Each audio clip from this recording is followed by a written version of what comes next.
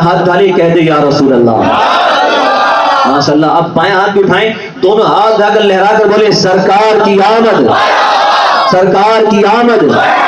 روشن ہوا جہان سرکار کے آنے کے بعد. مولانا صادق صاحب بہت اچھے اشعار آپ نے پڑھے اور یہ سنیں کہ روشن ہوا جہان سرکار کے آنے کے بعد, رہبری کو ملا قرآن سرکار کے آنے کے بعد, رہبری کو ملا قرآن سرکار کے آنے کے بعد. بے باؤ بیٹیوں کو اب نہ ستائے گا کوئی, بے باؤ بیٹیوں کو اب نہ ستائے گا کوئی. ہو گیا یہ اعلان سرکار کے آنے کے بعد, ہو گیا یہ اعلان سرکار کے آنے کے بعد. نہ تبا تھی نہ حیف تھی حلیمہ سعدیہ کی اونٹنی, نہ تبا تھی نہ حیف تھی حلیمہ سعدیہ کی اونٹنی. ارے آ گئی اس میں جان سرکار کے آنے کے بعد, آ گئی اس میں جان سرکار کے آنے کے بعد. اور دولت دنیا بہت تھی صدیق و عمر و عثمان کے پاس, مگر ملی دولت ایمان سرکار کے آنے کے بعد. اور کہنے کو تو بچے تھے مولا علی, مگر ہو گئی حق کی پہچان سرکار کے آنے کے بعد, ہو گئی حق کی پہچان سرکار کے آنے کے بعد. لاتو منات و عزا کے نعرے گونجتے تھے جہاں, لاتو منات و عزا کے نعرے گونجتے تھے جہاں, گونجی وہاں صدائے آزان سرکار کے آنے کے بعد. اور مکہ علماء کرام دعاؤں کے ساتھ سماعت فرما لیں کہ عارف کی ہے آرزو تا دم آخر کام وہی کروں, کرتے رہے جو حسان سرکار کے آنے کے بعد, کرتے رہے جو حسان سرکار کے آنے کے بعد.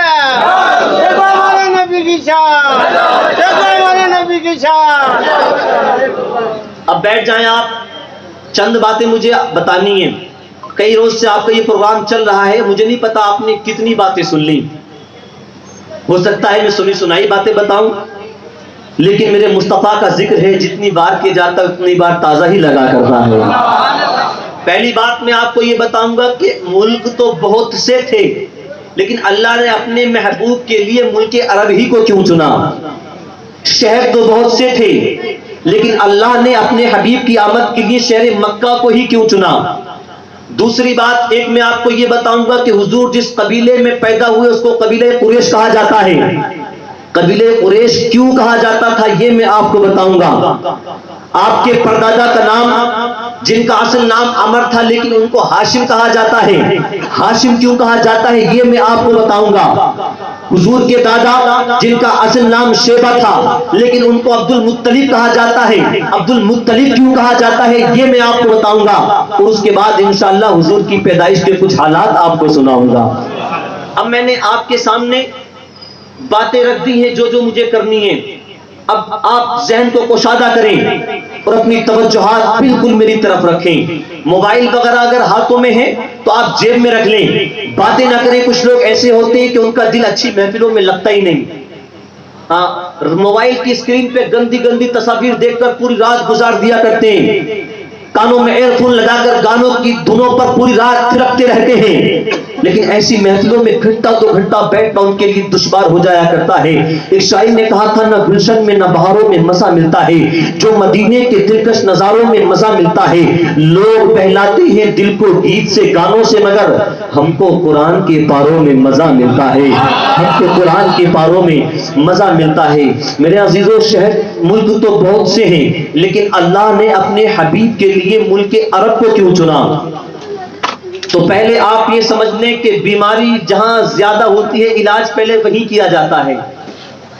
بیماری زیادہ جہاں ہوتی ہے دوائیاں پہلے وہیں بننا تیار ہوتی ہیں اور وہیں پہلے علاج کیا جاتا ہے. وہاں کنٹرول ہو جائے گا تو لوگ سمجھتے پھر دور دور تک کنٹرول ہو جائے گا. جہالت تو پوری دنیا میں عام تھی, لیکن عربوں کی جہالت اور ان کی مذہبی حالت جب کتابوں میں پڑھتے ہیں ہم اور سنتے ہیں علماء کرام کی زبانی تو کلیجہ منہ کو آ جاتا ہے.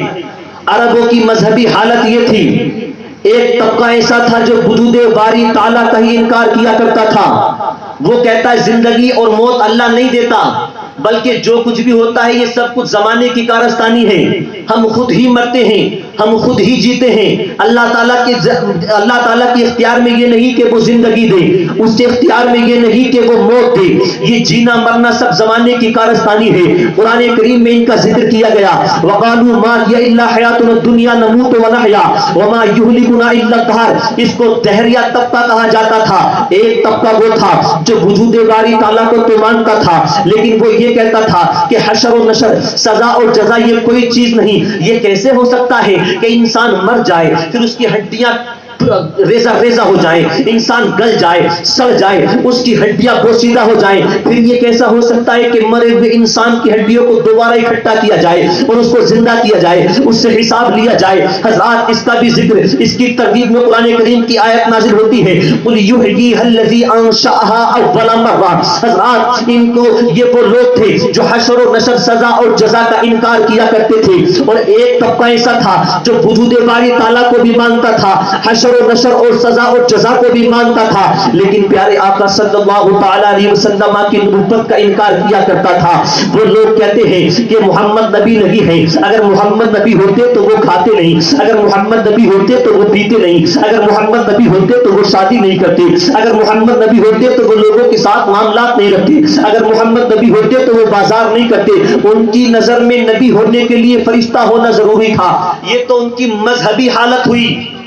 جہالت دیکھیں عربوں کی جہالت اس قدر عام تھی کہ اگر کسی کی موت ہو جاتی تو اس کی موت کے بعد اس کی قبر میں جب اس کو اتار دیا جاتا تھا, قبر کو بند کر دیا جاتا تھا, تو اس کے ساتھ ایک اونٹ کو باندھ کر اس کی قبر کے پاس ایک گڑھے میں ڈال دیا جاتا تھا. اونٹ تڑپ تڑپ کر بھوکا پیاسا مر جاتا تھا. اس سے ان کا یہ ماننا تھا کہ یہ سواری, یہ جو اونٹ ہے جو تڑپ تڑپ کے بھوکا پیاسا مر گیا, میدان قیامت میں یہ اس کی سواری بنے گا. اور تو اور میرے عزیزوں, اگر سوکھا پڑ جاتا تھا, قحط پڑ جاتا تھا, تو ایک جانور کو لیا جاتا تھا جس کا نام لینا میں مناسب نہیں سمجھتا, یہ علماء جانتے ہیں. حضرات اس جانور کو لیا جاتا تھا, اس کی دم میں سوکھی ٹہنی کو باندھا جاتا تھا, پھر اس میں آگ لگا دی جاتی تھی اور اس کو جنگل میں چھوڑ دیا جاتا تھا. ان کا یہ ماننا تھا کہ ایسا کرنے سے بدلیاں اٹھیں گی, پھر آسمان سے موسلادھار بارش ہوگی. حضرات, اور اگر کسی شہر میں وبا پھیل جاتی تھی, بیماری پھیل جاتی تھی, یا یہ پتا چلتا تھا کہ اس شہر میں آصف زدہ لوگ رہا کرتے ہیں, تو حضرات اگر کوئی مہمانداری کرنے کے لیے اس گاؤں میں جاتا یا اس شہر میں جاتا تو وہ عجیب عجیب حرکتیں کرتا تھا. کوئی گدھے کی طرح ہی ہلاتا تھا, تو کوئی زمین پہ لیٹ جایا کرتا تھا. ایسا کرنے سے وہ یہ گمان کرتے تھے کہ اس گاؤں میں جو بیماری پھیلی ہوئی ہے وہ ہمیں نہ لگے گی, اس میں جو آصف اور جنات رہتے ہیں وہ ہم پر اثر نہ کریں گے. حضرات, اگر کسی رئیس کی موت ہوتی تو اس کو قبر میں دفنانے کے بعد اس کی قبر پہ ایک اونٹ کو پونچھے کاٹ کر چھوڑ دیا جاتا تھا, اس کے خون سے اس کی قبر کو رنگین کر دیا جاتا تھا. ان کا ماننا یہ تھا کہ اس کی قبر اونٹ کے خون سے رنگین ہو جائے گی, جب کوئی آئے گا تو اس کی رنگین قبر کو دیکھے گا, اس کی سرخ قبر کو دیکھے گا, تو وہ سمجھ جائے گا یہ رئیس کی قبر ہے, یہ کسی امیر کی قبر ہے, یہ کسی سردار کی قبر ہے. جہالت اس قدر عام ہو چکی تھی کہ شوہر اپنی بیوی کو بلاتا تھا, وہ کہتا تھا جا تو فلاں ہمت اور بہادر اور طاقتور مرد کے پاس جا, تاکہ تیرا بچہ بھی طاقتور پیدا ہو, تاکہ تیرا بچہ بھی باہمت پیدا ہو, تاکہ تیرا بچہ بھی بہادر پیدا ہو. رات کو شراب پینے کو, زنا کرنے کو, جواکاری کو جانا کرتے تھے, اپنی بیویوں کو دوسرے کے پاس بھیجنا جائز سمجھا کرتے تھے. حضرات, دین ابراہیمی کا ماحول انہوں نے بگاڑ رکھا تھا, دین ابراہیمی کا حلیہ انہوں نے بگاڑ رکھا تھا. انسان جو اپنے رب سے رشتہ توڑ چکا تھا, ضرورت تھی کہ وہ رشتہ پھر سے جڑ جائے. انسان جو اپنے رب سے رشتہ توڑ چکا تھا, ضرورت تھی کہ وہ رشتہ پھر سے جڑے. دین ابراہیمی کا شیرازہ جو بکھر چکا تھا, ضرورت تھی کہ وہ پھر سے مجتمع ہو جائے. انسانیت جو اپنے قیمتی وقار کو بتوں کے آگے, چاند اور سورج کے آگے مسمار کر رہی تھی, رسوا کر رہی تھی, ضرورت تھی کہ اسے نیابت خلافت خداوندی کا وہ مقام مل جائے جس کے لیے اس کو بنایا گیا ہے. حضرات, موسم خزاں تھا, ضروری تھا, ضرورت تھی کہ اب موسم بہار آئے. حضرات, لیکن سب کچھ یہ نظام قدرت اور ضابطۂ فطرت کے مطابق ہونا تھا. جیسے جب زمین خشک ہو جاتی ہے تو پروردگار عالم آسمان سے پانی کا نزول فرمایا کرتا ہے. جب انسان اپنے گھروں کے اندر, پرندے اپنے گھونسلوں کے اندر, حشرات الارض اپنے بلوں کے اندر, حضرات نباتاتی کائنات پانی کے لیے پریشان, بے تاب و بے قرار ہو جایا کرتی ہے, تو پروردگار عالم ان کی نشو و نما کے لیے پھر پانی برسایا کرتا ہے، ایسے ہی جب روح کی دنیا بےتاب بے قرار ہو جاتی ہے، جب نیکیوں کی کھیتیاں برباد ہو جاتی ہے، جب نیکیوں کی کھیتیاں برباد ہو جاتی ہے، جب انصاف کا باغ اجڑ جاتا ہے، تو پروردگار عالم کسی نہ کسی محسن کو بھیج دیا کرتا ہے، کسی نہ کسی مصلح اعظم کو بھیج دیا کرتا ہے، کسی نہ کسی ہادی پر حق کو بھیج دیا کرتا ہے۔ یہ وہ وقت تھا جب میرے آقا تشریف نہیں لائے تھے، روحوں کی دنیا بے قرار تھی، نیکیوں کی کھیتیاں برباد ہو چکی تھی، عدل کا باغ اچل چکا تھا۔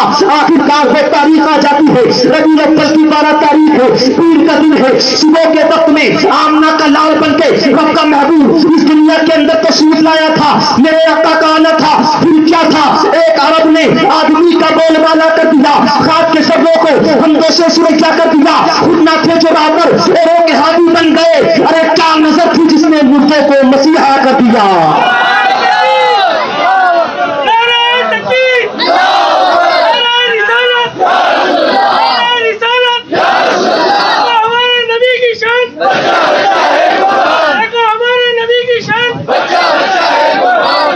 اللہ سلامت رکھے میرے بھائی کو۔ مائک بہت اچھا ہے، میری طرف سے 50 روپے کا انعام رہے گا آپ کے لیے۔ میرے عزیزوں، آپ نے جان لیا کہ ان کی حالت کیا تھی، ان کی حالت کیا تھی۔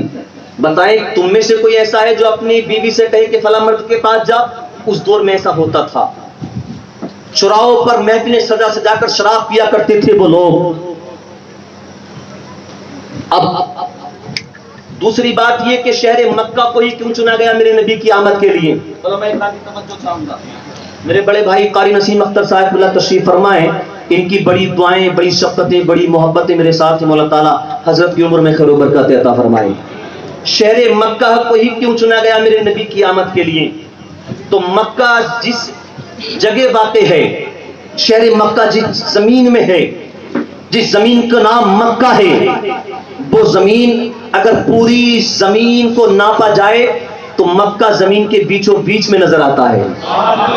ایسے نہیں، زور سے بولے یا رسول اللہ۔ مکہ بیچوں بیچ میں نظر آتا پوری زمین کے، اور جب چراغ بیچ میں رکھا جاتا ہے تو روشنی چاروں طرف برابر جاتی ہے۔ اور مکہ وہ ہے جو راستوں کے ذریعے پوری دنیا کو ایک جگہ جوڑ دیا کرتا ہے۔ رب نے جوڑنے والے محبوب کو جوڑنے والی زمین پر پیدا فرمایا ہے، جوڑنے والی زمین پر پیدا فرمایا ہے۔ اب میں نے کہا تھا ایک بات میں آپ کو یہ بتاؤں گا کہ حضور کے قبیلے کو قبیلہ قریش کیوں کہا جاتا ہے؟ خاندان نبوت کا ایک ایک فرد الگ الگ خصوصیات کا حامل تھا، جس کی وجہ سے پورے شہر میں ان کا نام تھا۔ پورا شہر، بلکہ پورا عرب ان کو عزتوں کی نظروں سے دیکھا کرتا تھا۔ انہی میں سے ایک شخص جن کا نام فہر بن مالک تاریخ میں بتایا گیا ہے۔ فہر بن مالک، لوگ ان کو قریش کہا کرتے تھے۔ اب قریش کیوں کہتے تھے یہ آپ سنیں، توجہ رکھیں جوانوں، آپ کے علم میں اضافہ ہوگا۔ قریش ان کو کیوں کہا جاتا تھا؟ قریش اصل میں ایک سمندری جانور کا نام ہے جو بڑا طاقتور ہوتا ہے، جو بڑا بہادر ہوتا ہے، اور جو بڑا چالاک بھی ہوتا ہے۔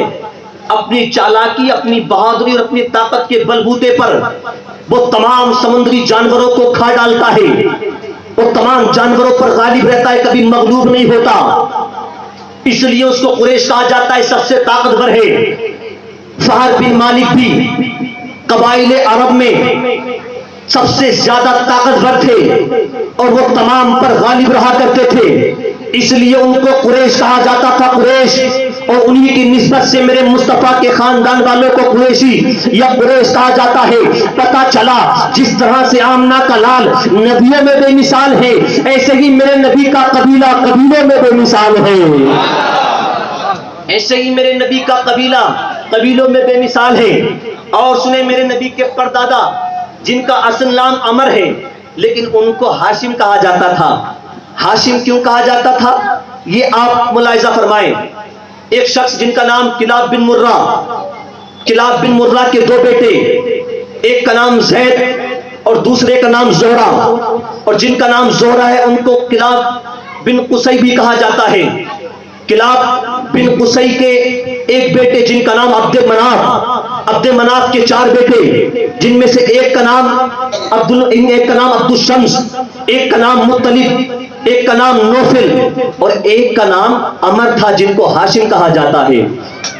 اور جناب ہاشم کے حسن کا یہ عالم، ان کی خوبصورتی کا یہ عالم، ان کے جمال کا یہ عالم، ان کے حسن کا یہ عالم کہ وہ 3 جو ان کے بھائی تھے ان کو ایک طرف رکھ دیا جائے اور اکیلے ہاشم کو ایک طرف کھڑا کر دیا جائے تو وہ تینوں مل کر بھی جناب ہاشم کی خوبصورتی کا مقابلہ نہیں کر سکتے تھے، ان کی خوبصورتی کا جواب نہیں دے سکتے تھے۔ حضرات اتنے خوبصورت تھے جناب ہاشم کہ جب وہ مکے کی گلیوں میں نکلا کرتے تھے تو لوگ کھڑے ہو کر ان کا دیدار کیا کرتے تھے، کئی گھنٹوں لوگ کھڑے ہو کر انتظار کرتے تھے کہ ہاشم گزریں گے تو ہم ان کا دیدار کریں گے، ان کا دیدار کریں گے، قلب کو چین مل جائے گا، بے قرار دل کو قرار مل جائے گا۔ حضرات ہاشم اتنے خوبصورت تھے کہ مکے کی خواتین ان سے شادی کرنے کی متمنی تھی، ان سے نکاح کرنے کی خواہاں رہا کرتی تھی۔ وہ حسن زادیاں جن کو اپنے حسن پر بڑا ناز تھا، وہ تمام کی تمام جناب ہاشم کی بارگاہ میں عریضے بھیجتی تھی کہ مجھ سے نکاح کر لے، مجھ سے نکاح کر لے، مجھ سے نکاح کر لے۔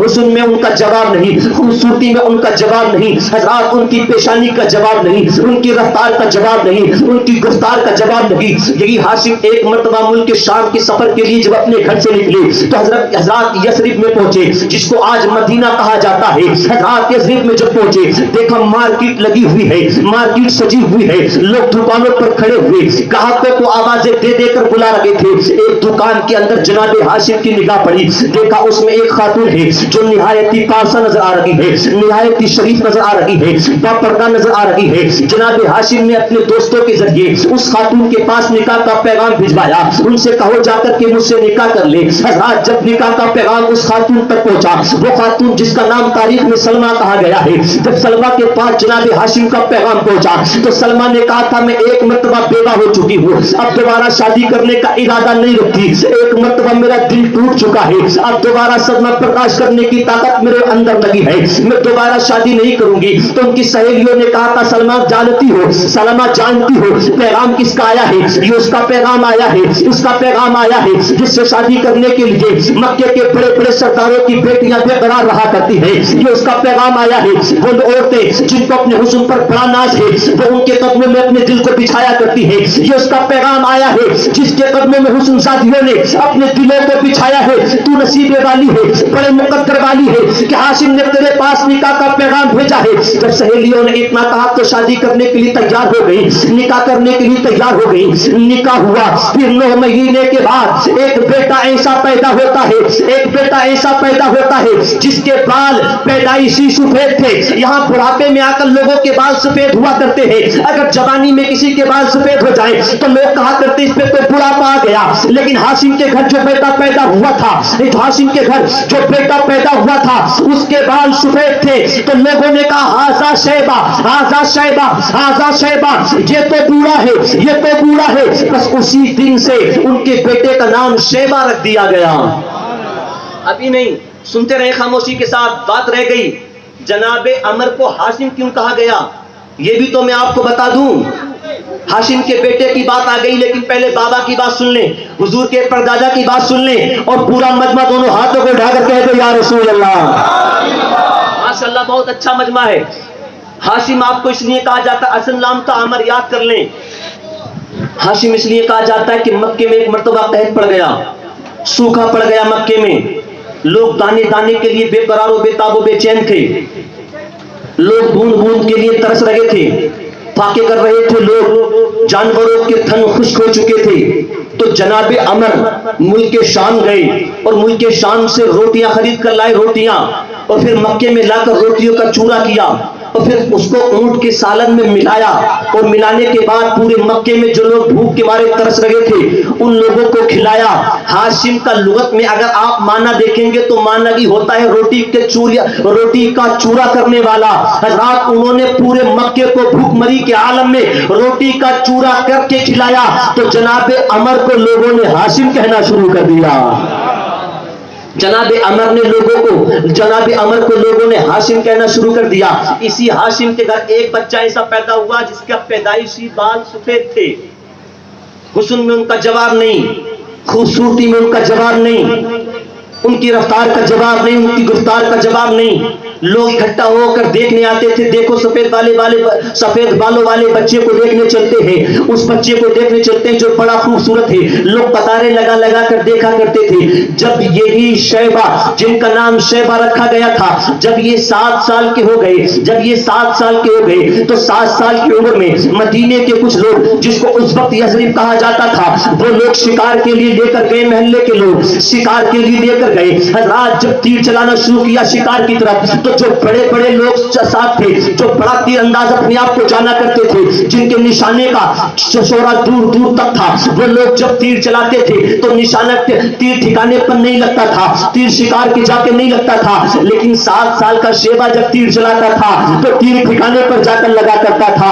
7 سال کا شیبہ جب تیر چلاتا تھا تو تیر نشانے پر جا کر لگا کرتا تھا. لوگوں نے کہا تھا شیبہ تو اتنا چھوٹا ہے، تو تیر چلاتا ہے تو نشانے پر جا کر لگتا ہے، ہم تیر چلاتے ہیں تو نشانے پر نہیں لگتا، وجہ کیا ہے؟ تو شیبہ نے کہا تھا لوگوں یہ میرا کمال نہیں ہے، بلکہ میری پیشانی میں جو مصطفیٰ کا نور جلوہ گر ہے، یہ نور مصطفیٰ کا کمال ہے،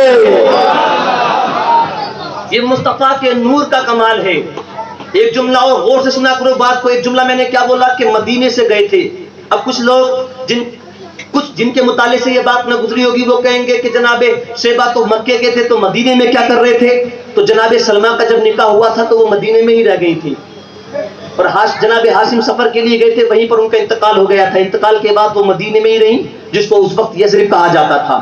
وہیں اپنے بچے کی پرورش کی. جب 7 سال کی عمر جناب شیبہ کی ہو گئی، 7 سال کی عمر، تو مکے کے کچھ لوگ سفر تجارت کے لیے ملک شام جا رہے تھے. مدینے سے جب وہ گزرے تو انہوں نے دیکھا کہ وہ بچہ جس کی بڑی چرچا ہوتی ہے، جو سفید بالوں والا ہے، وہ گھوم رہا تھا. اس کو بلا کر کہا کیا ہاشم کا بیٹا ہے؟ کہا ہاں میں ہاشم کا بیٹا ہوں. کہا تیری امی کی کیسی حالت ہے؟ کہا کہ اچھی حالت ہے، بس میری پرورش پہ ان کا دھیان ہے. حضرات یہ کہہ کر وہ مکے کے لوگ گزر گئے. واپس آ کر جناب عبد مناف کے جو بیٹے تھے، ایک جن کا نام مطلب تھا، مطلب سے آ کر کہا تمہارا بھتیجا ہے جو مدینے میں اپنی بیوہ ماں کے ساتھ زندگی گزار رہا ہے. اب آپ یہ غور کریں کہ حضور کے دادا کو عبد المطلب کیوں کہا گیا؟ نام تو اصل ان کا شیبہ تھا، لیکن عبد المطلب کیوں کہا گیا؟ جناب مطلب جو چچا تھے جناب شیبہ کے، ان سے آ کر کہا گیا تمہارا بھتیجا ہے جو مدینے میں اپنی بیوہ ماں کے ساتھ زندگی گزار رہا ہے، کیا ہی بہتر ہوگا کہ تم اس کو لے آؤ اور تم اس کی پرورش کرو. جناب مطلب نے سنا تو دوڑ کر گئے. حضرات جا کر جناب سلمہ سے اجازت طلب کی کہ اگر آپ کی اجازت ہو تو میں آپ کے بیٹے کو لے جاؤں، اپنے شہر میں جا کر اس کی پرورش کروں گا. حضرات جناب سلمہ نے اجازت دے دی تو جناب مطلب لے کر جناب شیبہ کو مکے کی طرف چلے. جب آپ مکے میں داخل ہو رہے تھے تو لوگوں نے اب سے پہلے جناب شیبہ کو نہیں دیکھا تھا. 7 سال کے بچے کو جب جناب مطلب کے ساتھ آتا ہوا دیکھا تو لوگوں نے کہا یہ کون ہے؟ آج سے پہلے ہم نے اس کو نہیں دیکھا. یہ کون ہے؟ یہ کہاں سے آ رہا ہے؟ آج سے پہلے ہم نے اس کو نہیں دیکھا. تو کسی نے کہا تھا شاید یہ عبد المطلب ہے. عبد سے مراد یہاں غلام ہے. لوگوں نے کہا جو مطلب لے کر آ رہا ہے یہ اس کا غلام ہوگا. بس اسی دن سے لوگوں نے میرے حضور کے دادا کو عبد المطلب کہنا شروع کر دیا. اصل نام تھا ان کا شیبہ. بات سمجھ میں آ رہی ہے نا آپ لوگوں کی؟ کچھ لوگوں کا دھیان پورا چائے کی طرف ہے.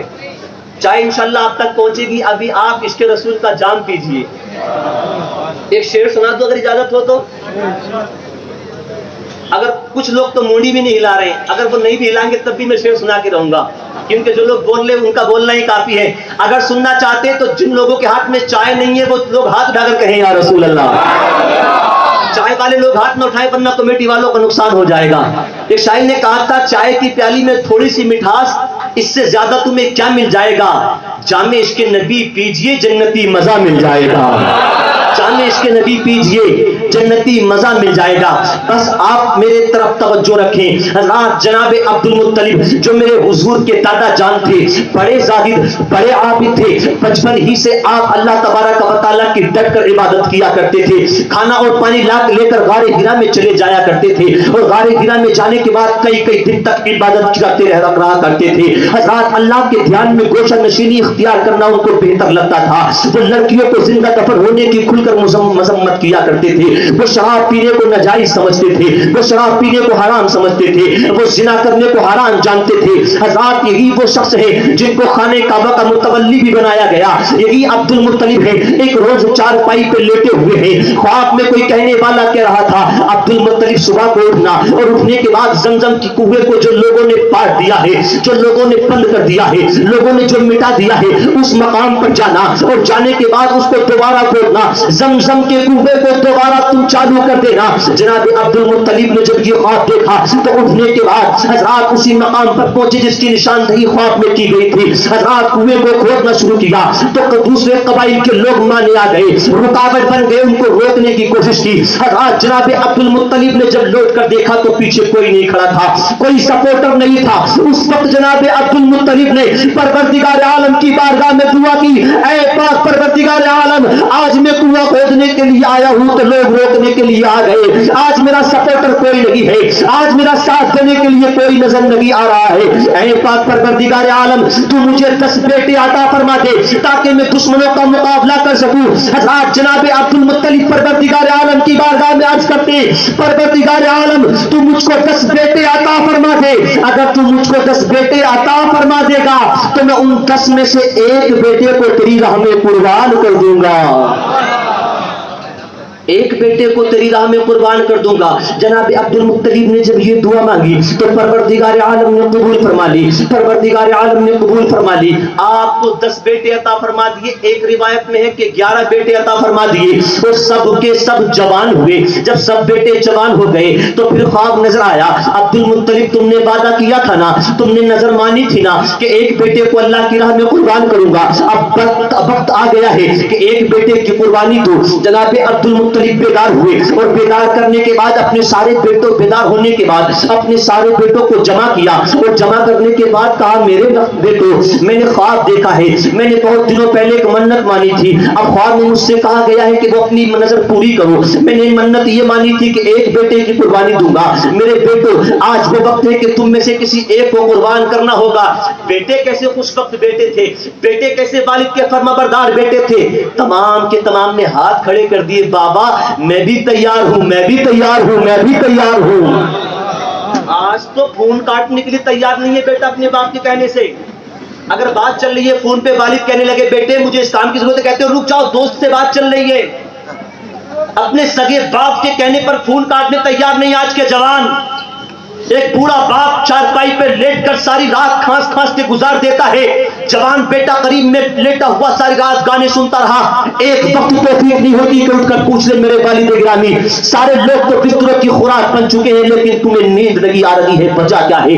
ایک ماں کھانس کھانس کر رات گزار دیا کرتی ہے, بیٹھ کر رات گزار دیا کرتی ہے.